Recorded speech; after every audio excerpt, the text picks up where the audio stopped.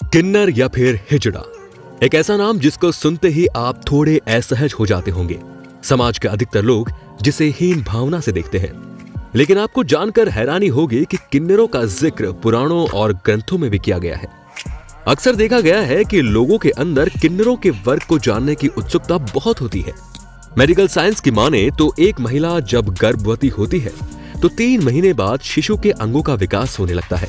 लेकिन इस बीच अगर महिला किसी बीमारी से ग्रसित हो जाती है या फिर किसी तरह की दवाओं का सेवन करती है तो गर्भ में हार्मोन्स की समस्या की वजह से शिशु में स्त्री और पुरुष दोनों तरह के लिंग हो जाते हैं। लेकिन दोनों में से कोई भी पूरी तरह से विकसित नहीं हो पाता, या फिर कभी कभी किसी दुर्घटना की वजह से भी गर्भ के अंदर शिशु के लिंग का विकास नहीं हो पाता, जिसकी वजह से किन्नर जैसे लोगों का जन्म होता है।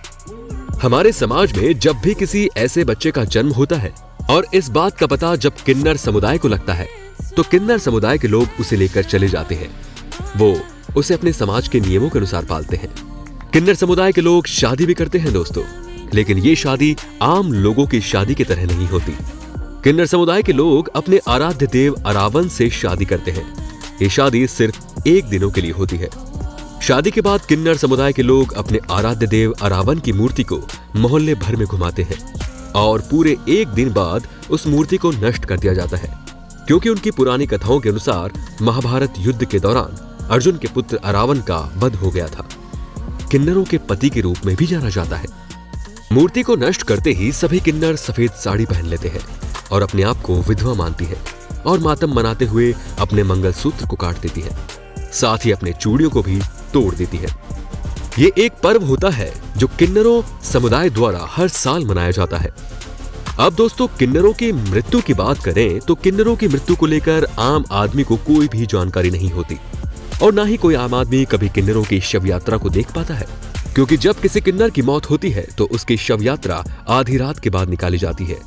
ऐसा इसलिए होता है क्योंकि कोई भी आम इंसान किन्नरों की शव यात्रा का साक्षी न बन सके। किन्नरों की शव यात्रा में उनके समुदाय के अलावा समाज के दूसरे समुदाय का कोई भी व्यक्ति शामिल नहीं होना चाहिए। ऐसा एक नियम इनके समुदाय में है। आपको जानकर हैरानी होगी कि किसी भी किन्नर की शव यात्रा में उसके साथी शोक नहीं मनाते, क्योंकि उनका मानना है कि उन्हें इस नर्क भरे संसार से छुटकारा मिल गया। और शव यात्रा से पहले किन्नरों के मृत शरीर को चप्पल और जूतों से पीटा जाता है, क्योंकि किन्नरों का मानना है कि पिछले जन्म के लिए किए गए पापों की वजह से उसका जन्म किन्नर समुदाय में हुआ है और चप्पल जूतों से पीटने की वजह से शायद उनके पिछले जन्म के पापों का खात्मा हो सके।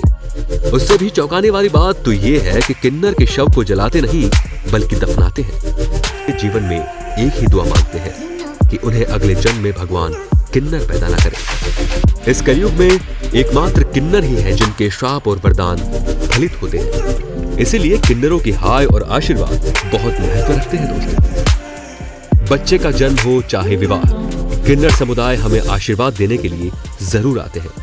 हमारे समाज में ऐसा माना जाता है कि जहां एक तरफ किन्नर का निरादर अर्श से फर्श तक ले जाता है, वहीं किन्नरों का आशीर्वाद रंग से राजा बना देता है।